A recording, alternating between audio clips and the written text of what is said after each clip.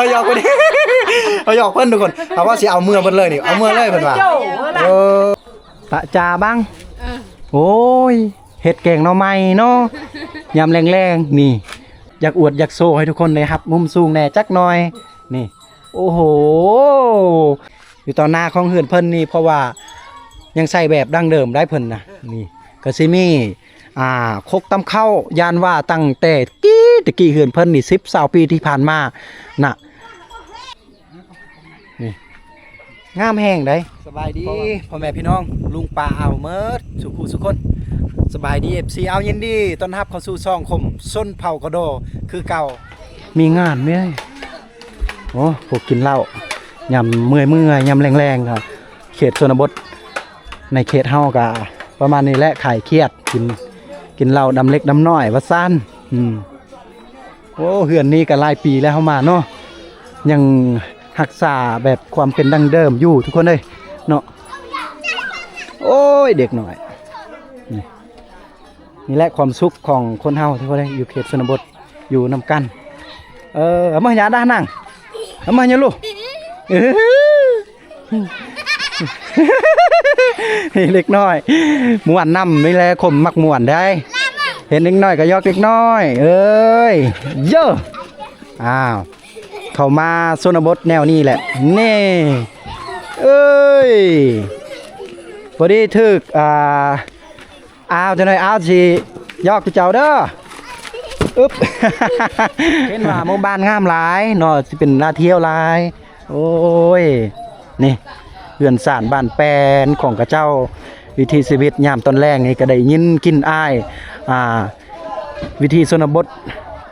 ไปใส่ตัวมาป่อยฮะตัวมาไอ้ป่อ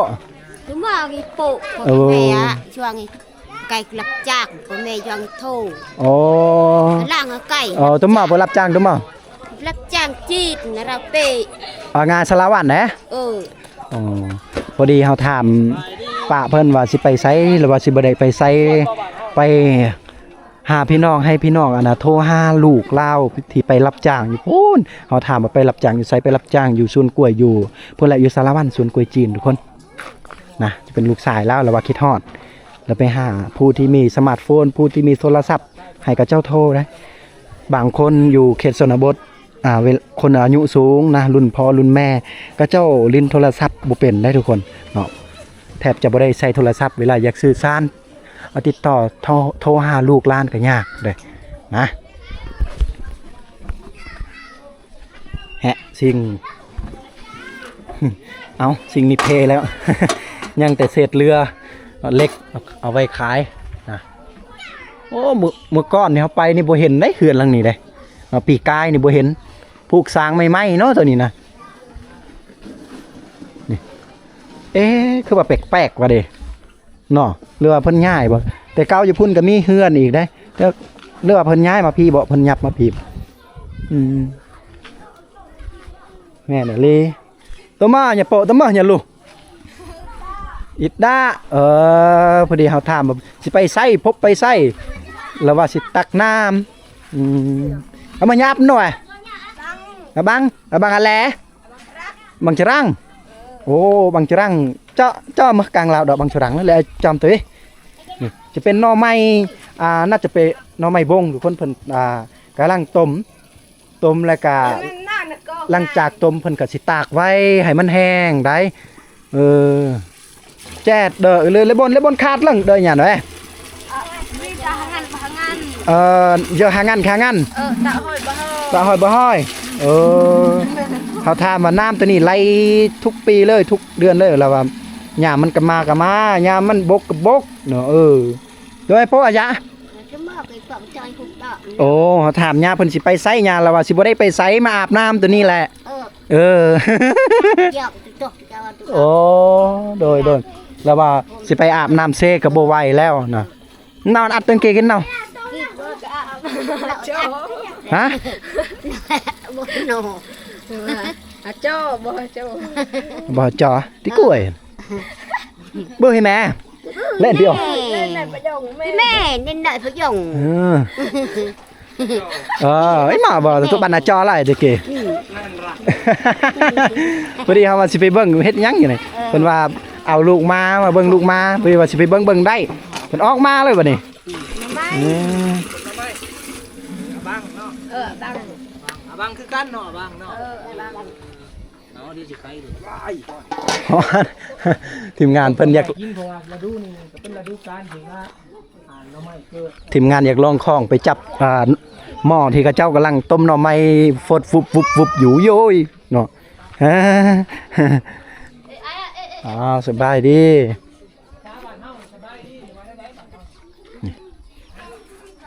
โอ้พัฒนาไปเลยเติบได้ทุกคนแต่เก้าเฮามานี่เพื่อนซ่านบ้านแปดโมเมนต์แบบนี้มัน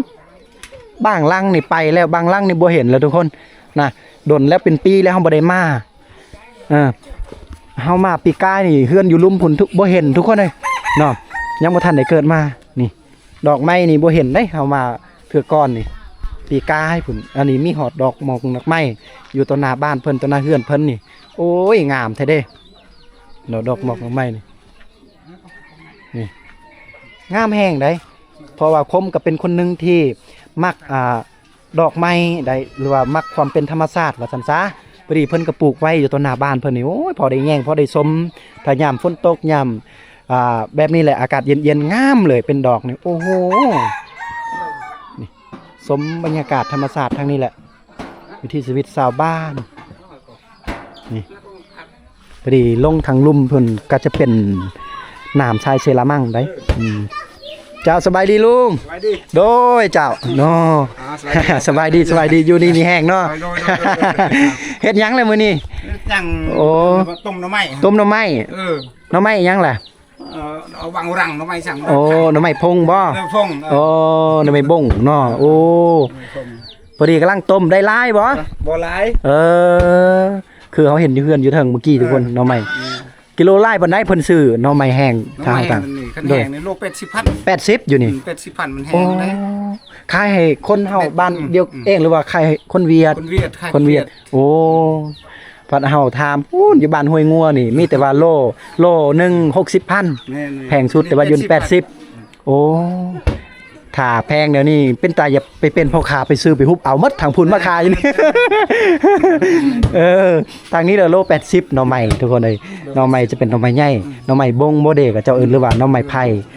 นะประมาณนี้แหละเฮาก็บางคำก็ฮู้แน่บางคำก็บ่ฮู้แน่แหละเนาะเป็นไดเขานำทางป่าทางนี้งามอยู่บ่เด้ปีนี้นะเขาให้งามอยู่บ่ปีนี้ บ่งามทั้งแดดฮ้อนดีนี่ โอ้บ่เป็นเนาะแต่ละที่แต่ละบ่อนคือเว้าได้หน่อไม้ก็บ่งามบ่แม่นหน่อไม้เขาให้ก็บ่งามเห็นหน่อไม้ก็เว้าไปหน่อไม้เลยเอ้ยล่ะดิเอาน้ำมาแต่ไสนี่บักกระเจ้า งานดินนั่นแหละ ไปเอาน้ำอยู่นี่บ่ งานดินน่ะ โอ้คิดว่าพูดอยู่เซบ่แม่นเนาะเนาะอีลาเพิ่นไปเอาน้ำทางนี้นี่เฮ็ดหยังเอามาตะไอ้เปิดตะโรเฮาถามว่าเฮ็ดหยังป้าเพิ่นว่าเสียหญ้าสวนโอ้ยนี่สิมีสวนมักพริกเพิ่นทางนี้เพิ่นปลูกเพิ่นไว้นี่โอ้ยงามแล้วเนาะถ้าเฮาดูมันขยันเพียรจังซี่เฮาก็ได้เก็บกินมักพริกมักอีหยังต่างๆที่เพิ่นปลูกเพิ่นไว้น่าจะแต่ปีกายเพิ่นแหละนี่เพิ่นก็มาเสียหญ้าขึ้นอ้าวนี่จะเป็นมะเขือมักอีหยังเอ้า นี่เพิ่นใส่ส่วนเพิ่นก็ใส่ตะนางแบบนี้คุมดนอยู่ถ้าว่าเฮาจะเอาไม้ไผ่ซ่านจะเป็นกระแตะออมหอบอันนี้ก็ได้คือกันแต่มันสิบ่ดน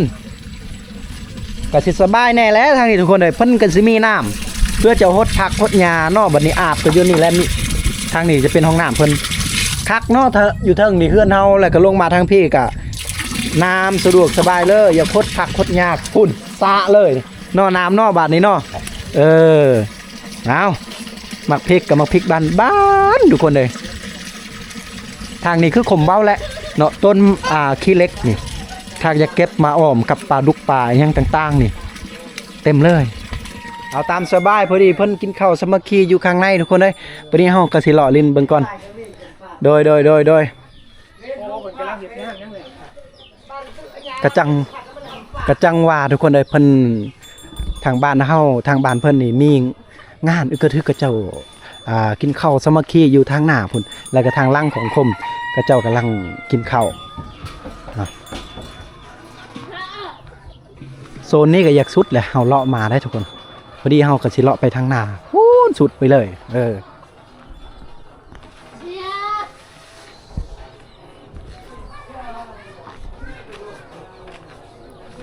ตะจาบ้างโอ้ยเห็ดแกงหน่อไม้เนาะยำแรงๆนี่อ้าวตอนนี้หลังจากมาแต่ส่วนเพิ่นก็ได้ของฝากของตอนให้สู่ครอบครัวกินก็คือหน่อไม้อาหารจากธรรมชาตินี่โดยที่บ่ได้เสียเงินเสียคำแต่เฮาเสียเหือเสียแห้งไปซอกนี่แหละโอ้อันนี้ลูกสาวโดยแต่มายังไปหยิดหนังอ้อยเพิ่นน้ำลิ้นเพราะว่าเฮือนเพิ่นหรือว่าหมู่บ้านเพิ่นได้มีน้ำลิ้นให้แต่ละครอบครัวทุกครอบครัวมีผู้ละก๊อกว่าซั่นก็สะดวกใส่หมู่บ้านเพิ่นนี่ก็น้ำใส่ไฟสว่างทุกครอบครัวเลยทุกคนเอ้ยโอ้ยบางยามมื้อให้ตะไปตายจานน้ำน้ำบางเอาไปให้บางแน่เอามื้อให้ตะไปกระจุกเอามาโอ้ถามว่าได้อีหยังแหละหน่อไม้กับสิเฮ็ดต้มหน่อไม้กับอีหยังเพิ่นว่าสิแกงหน่อไม้แบบธรรมชาติเลยเอ้ยบ่ได้ใส่ผักใส่หญ้าหยังเนาะมีซีนบ่มีหยังเนาะบัดนี้เนาะนี่เพิ่นกำลังสิแกงหน่อไม้บ่ได้ใส่หยังเลยได้เอานี่แหละอาหารครอบครัวอาหารจากธรรมชาติเลยเพิ่นนี่เฮือนเพิ่นนี่เบิ่งเสา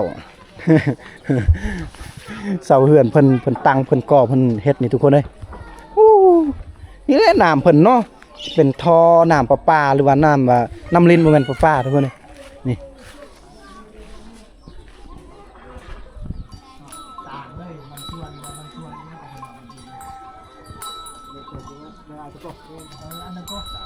ไปมาสู่ก็เรียนหูภาษาไปได้ทุกคนเลยเฮาบ่ทายไว้เก็บไว้กันลูกๆโอ้พอดีชาวบ้านเพิ่นกำลังอยู่ข้างในครบหน้าครบตาได้ยินเสียงเพิ่นล่มกันแซวๆนี่แหละข้อดีที่เฮามายามตอนแรกทุกคนเฮาก็ได้สัมผัสแบบชีวิตจริงเหมือนกับเฮามาใช้ชีวิตกับพระเจ้าได้เอาพอดีเฮาได้ขออนุญาตจากเพิ่นว่าเฮาสิขอขึ้นไปเบิ่งเฮือนเพิ่นได้นี่โอ้ยขึ้นกันได้ก่อนกึบบาดนี้อ้าวก่อนเฮาจะขึ้นกันไดนี่ก็อยากอวดอยากโชว์ให้ทุกคนได้ครับมุมสูงแน่จักหน่อยนี่โอ้โหทางบ้านเพิ่นนี่ก็คือคักแท้เนาะเข้ามาเบิ่งมาวิวชมวิวธรรมชาติทุกคนเอ้ยตัวอย่างว่าถ้าบ่มีต้นหมากมีหรือว่าต้นขนุนอยู่ต่อหน้านี่เฮาสามารถแนมเห็นภูยาวๆไปฮอดเมืองสมุยบ้านคมพุ่นเลยนี่โอ้โหแล้วก็สามารถเห็นหลังคาเรือนของกระเจ้าอยู่นี่นะ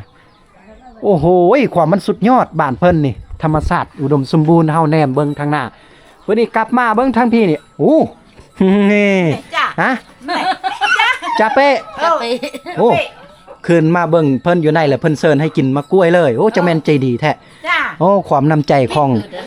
ชาวลาวชนเผ่าเขตเมืองตะโอยเมืองสมุยนี่เฮามีอันใดของป่าของดงหรือว่าอาหารการกินจากธรรมชาติเพิ่นก็สิชวนให้เฮากินได้นี่อันนี้ก็คือน้ำใจ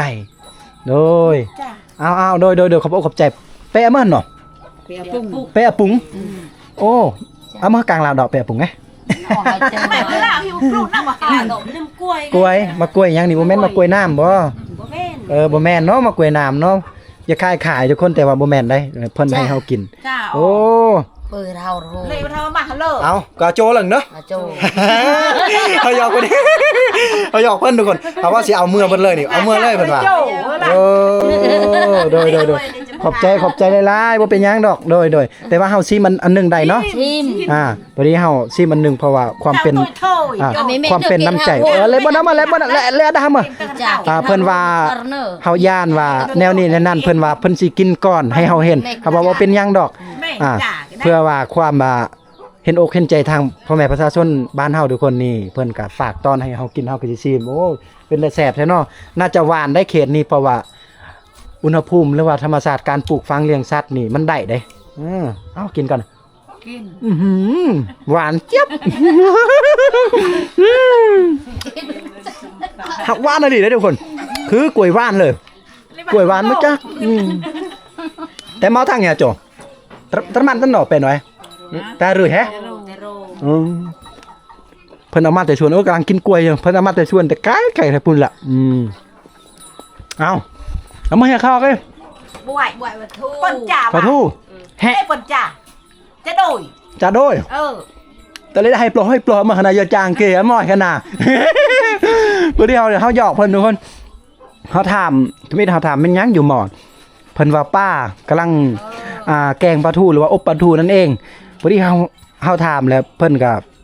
เว้านำเฮากินข้าวกินน้ำก่อนจึงกลับนะนั่งกินข้าวกินน้ำก่อนเพื่อที่เฮาก็ยอกเพิ่นว่าโอ้ยเฮาสิบ่กล้าถามแล้วมีหยังก็อยากให้เฮากินหมดบัดนี้พวกเจ้าบ่ได้กินแหละจังหน่อย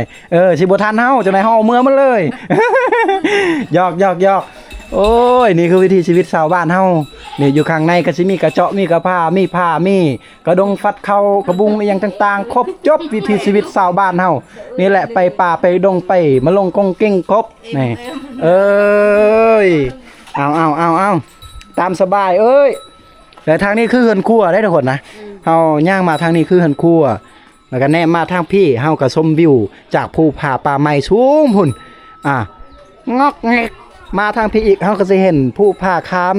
เซ่ข้ามน้ำไปทั้งพุ่นได้แนมได้เห็นผู้ภาพที่สูงกว่าอีกได้โอ้ยจังแม่นงามหน้างามตาแท้งามหูงามตาว่าซานในข้างในนี่เด้เฮ็ดหยังสบายดีเจ้าสบายดีเบิ่งได้บ่โอ้นี่เป็นเฮือนโล่งเฮือนใหญ่เลยเนาะหับแขกหับคนอยู่ข้างในนี่เอ้าสิมีโอ้เครื่องคองทุกสิ่งทุกอย่างของเพิ่นอยู่นี่ล่ะเอาวันนี้เขาออกมาจากเฮือนนี่เขาก็นี่แหละเพิ่นเฮ็ดเป็นระเบียงจังซี่เลยก็ไต่ไปฮอดเฮือนครัวลงจากเฮือนครัวก็ไปลิ้นในกลางบ้านเพิ่นเอาบัดนี้เฮาสิลงจากเฮือนเพิ่นจะไปลิ้นกลางบ้านเพิ่นทางหน้าสุดพุ่นได้แล้วเฮาก็สิกลับเฮาก็สิเดินเมื่อได้เอ้ยเด็กน้อยสงสัยว่าเพิ่นเคยเห็นเฮาจังแม่นม่วนเนาะยิ้มแย้มแจ่มใสบ้านเฮาเนาะเอาขอบใจหลายๆเด้อเจ้าโดยขอบใจกินเนื้อกำเอิญอย่าเนอะโจเอามาตาหายาเนอะเอามาตาเนอะเอาพอดีเฮาก็บอกว่าอำลาพระจักรเพิ่นว่าเฮาสิกลับหรือบ่ได้เอาหยังของฝากตอนให้เจ้าเด้อและเพิ่นก็คือเก่าเลยเพิ่นว่าเวลาเฮากลับเพิ่นก็บ่ได้มีฝากตอนให้เฮาเอาเมื่อนะ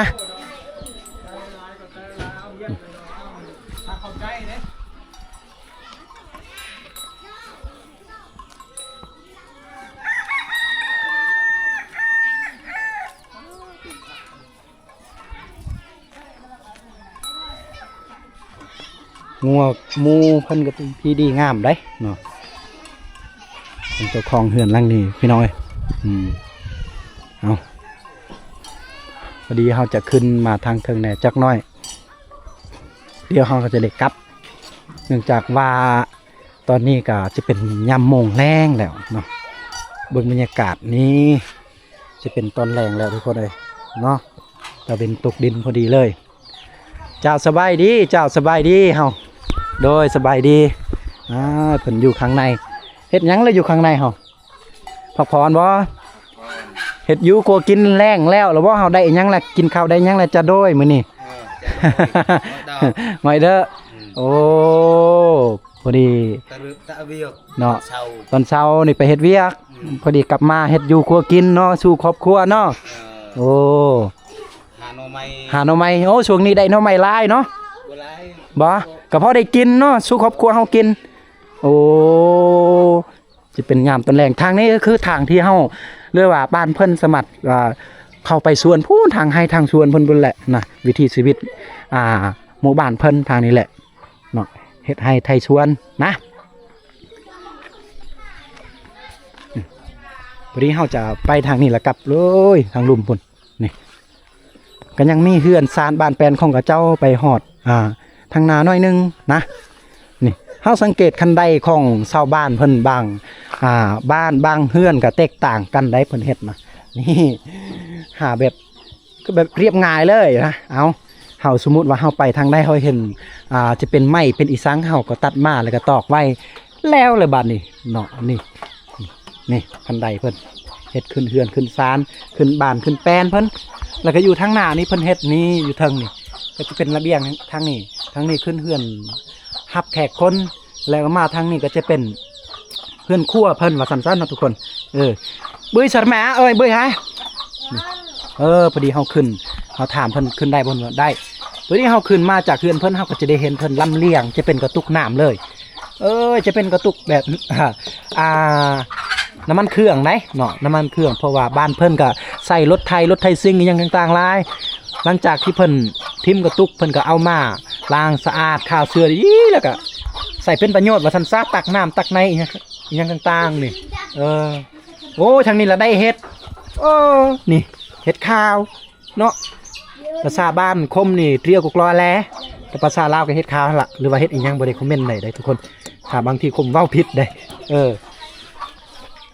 ทางนี้ก็เฮือนครัวเพิ่นใช่โอ้ยยังบ่ทันได้เฮ็ดอยู่ครัวกินเนาะยามแรงๆนี่เอาบางครอบครัวก็เฮ็ดกินไว้บางครอบครัวก็จังน้อยแรงๆพูนสิเฮ็ดอยู่ครัวกินนี่คือข้างในเฮือนเพิ่นก็มีตู้เย็นตู้หยังต่างๆทุกคนเอ้ยอ้าวนี่เฮือนโล่งไปเลยมีน้ำใสมีไฟสว่างอยู่เฮือนเพิ่นเนาะแล้วทางนานี่เฮาเห็นคือส่วนของกระเจ้าน่าจะส่วนเจ้าของเฮือนหลังนี้ได้เทิงโพนเลยจะเป็นส่วนมันต้นพอดีเฮาลงทางนี้กับเมื่อใดเลยชุดทางน้ำเพิ่นเลยเอาเฮือนทางนี้ก็ติดกันแน่ที่กันแน่จักหน่อยโอ้ยมีน้องแพะน้องแบะก็อยากขึ้นเฮือนขึ้นซ่านขึ้นบ้านน้ำมูคือกันเลยนี่นะอ้าวดีเพิ่นเฮ็ดทางเทิงก็มีบ่อนที่ว่าแบบปิดนี่โอ้ยแบะใหญ่ๆเลยภาษาทางบ้านเฮาก็สิเอิ้นแบะทางประเทศเพื่อนบ้านก็สิเอิ้นแพะบ่นะนี่ลงมาทางลุ่มอันนี้ห้องน้ำคักเอ้ยเพิ่นมีห้องน้ำใส่ได้นี่ห้องน้ำสะอาดห้องน้ำอาบห้องน้ำใส่ละนะเพราะว่าผู้ที่มีผู้ที่ยังไปอาบน้ำเซก็ยังมีปัจจุบันนี่เฮือนครัวของกระเจ้าของเฮือนหลังนี้โอ้ได้เห็นครบจบมาเทื่อนี้นะคล้ายคือว่าละเอียดกว่าเก่าเนาะโอ้สบายดีอีกเทื่อนึงโดยนี่อยู่ต่อหน้าของเฮือนเพิ่นนี่เพราะว่ายังใส่แบบดั้งเดิมได้เพิ่นนะนี่ก็สิมีคกตำเข้ายานว่าตั้งแต่ตะกี้เฮือนเพิ่นนี่10-20 ปีที่ผ่านมาน่ะ10-20 ปีที่ผ่านมาจะเป็นเฮือนครัวพอดีตอนนั้นเฮือนครัวเพิ่นก็เพิ่นเฮ็ดบ่อนตำข้าวได้ข้าวเปลือกว่าซั่นหรือว่าปัจจุบันนี้เพิ่นจะเอาไว้ตำหัวอาหารได้ตำข้าวโพดตำสาลีเพื่อให้น้องเป็ดน้องไก่น้องหมูได้เอาเฮ็ดหยังเลยข้างในนี่เอามาอยู่ตะจิจ่าตะจ่าเมื่อบนตะจ่ามาบดเมื่อบนพอดีทางข้างในจะมีเจ้าของเฮือนเพิ่นเขาถามว่าเฮ็ดหยังเลยข้างในเพิ่นว่ากำลังเฮ็ดอยู่โคกินได้ยังละของกินเพิ่นว่าบ่ได้เนาะนี่อันนี้แหละคำว่าเซาเฮือนแบบสมัยดั้งเดิมผู้สังกะสาญาสังกะสีแต่เก่าทุกคนเพิ่นก็สิขุดลงเลิกแน่ได้เนาะจะเป็นไม้แกนขี้เหล็กตัวแข็งๆแล้วก็ประเภทปวกนี่บ่สามารถกัดกินเฮ็ดให้สุดโทรมไปได้นี่เห็นบ่เพิ่นจะใส่หลายปีน่าจะ10หรือว่า10กว่าปีพุ่นแหละแต่บ่เป็นหยังได้ถ้าว่าไม้ธรรมดานี่เฮาลองลงเบิ่งในนี้เนาะมันก็สิไปแหละบ่อยู่นี่แหละรุ่นย่อพ่อแม่เพิ่นก็สิฮู้เลือกต้นไม้ตัวใดที่แข็งๆที่มีแกนเนี่ยนะโอ้สบายดีเจ้าสบายดีเฮาโดยเป็นได มัดกระแลงงัวบ่โอ้อยู่มีงัวจักโตแหละโอ้งัวงามเนาะ2 โตโอ้นี่ตัวนี้แน่แล้วตัวนั้นแน่แม่นบ่โอ้โหงัวเพิ่น2 โตเอาพอดีแนมเบิ่งทางนี้คือโอ้ผมจะเป็นคนมักสังเกตเรื่องความเป็นธรรมชาตินะเบิ่งทางพี่ก็มีต้นไม้ใบหญ้าหนองงามเลยทุกคนมีน้ำไหลสวยๆนี่สะบานเพิ่นก็ยังไปอาบน้ำไปใส่น้ำอยู่ลุ่มพุ่นเพราะว่ากระเจ้าลึงกระเจ้าเคยเด้หรืออีกอย่างก็คือเขามักง่ายว่าซั่นซะทุกคนอยากอาบไวๆอยากฮุกนี่ฮุกนั่นก็โตนไปเลยสบายแต่ว่าน้ำก็ต้องค่อยๆใส่เฮาบ่ลึงเด้เนาะประมาณนี้แหละทุกคนเลยความเป็นดั้งเดิมความวิถีชีวิตชาวบ้านเฮาหมู่บ้านเฮานี่จะเป็นบ้านอย่างได้โจ๊ะเก้าบ่คำว่าบ้านโจ๊ะนี่ความหมายแนวใดเด้เฮาบ่เข้าใจโจ๊ะเก้าโดยโจ๊ะเก้านี่มีความหมายแนวใดเพิ่นจึงเอิ้นมีโจ๊ะเก้าโจ๊ะกลางโจ๊ะให้โจ๊ะไตโจ๊ะอีหยังบ้านนี้คำว่าโจ๊ะนี่มันเป็นแนวใดบัดนี้ชีวิตเกิดบ้านโจ๊ะเก้าเกิดแต่ทำอิฐตะกี้ก็โจ๊ะเก้าเลยบ่อ๋อฮะบ้านกกโจ๊ะเก้าโอ้บ้านกกโจ๊ะเก้าเอาโดย ขอบอกขอบใจหลายๆเด้อโดย อ่ะเอาพอดีเฮาจะเดินข้างหน้าแล้วเฮาน่าจะสรุปความเป็นดังเดิมและก็ทั้งหมดทั้งมวลที่เฮาได้เห็นวิถีชีวิตยามแรงๆหมู่บ้านเฮาทุกคนเนาะเอาสบายดีอีกเทื่อนึงเฮาเมื่อกี้เฮายังบ่ได้จับมือถือแขน โอ้ตัวนี้เจ้าพอดีล้านเพิ่นอยู่ข้างๆพอดีลูกเพิ่นลูกล้านเฮาได้ผู้ใหญ่ไฟสูงไปใส่เบิดเลยเพิ่นบ่ได้อยู่นี่เนาะมาแต่ให้มาแต่ชวนมาแต่นาหมดเนาะอ้าวโอ้เหินครัวยาวเหินครัวบ่นี่โอ้เหินครัวยาวเลยเจ้าครอบครัวอยู่นำกันเหรอ3โอ้เนาะอยู่เขตชนบทเฮาเข้าใจกันหักแพงกันลูกหลานเล่นร่อนเฮาอยู่2-3ครอบครัวในเฮือนหลังเดียวกันก็ได้ทุกคนเนาะสำคัญคือความหักความเป็นสามัคคีได้เอาบัดนี้ทุกคนเฮาต้องขอบอกขอบใจพ่อแม่พี่น้องลุงป้าอาอ้าวมาสู่คู่สู่คนได้บ่ว่าปู่ย่าตายายที่อยู่ฝั่งไทยแล้วก็อยู่ภายในและอยู่เมืองอยู่แขวงอยู่ต่างแขวงกะยาเนาะภาคเหนือภาคใต้ภาคกลางเฮาก็ดีนะที่ได้มีโอกาสเวลาเข้ามารับชมวิถีชีวิตยามแรงๆอยู่ที่หมู่บ้านโจะเก่าเมืองตะโอยแขวงสารวันในหมู่บ้านแห่งนี้ที่เฮาได้รับได้ชมได้เบิ่งได้เห็นเนาะก็ประมาณนี้ได้ความเป็นดังเดิมเอกลักษณ์ของชาวบ้านเฮา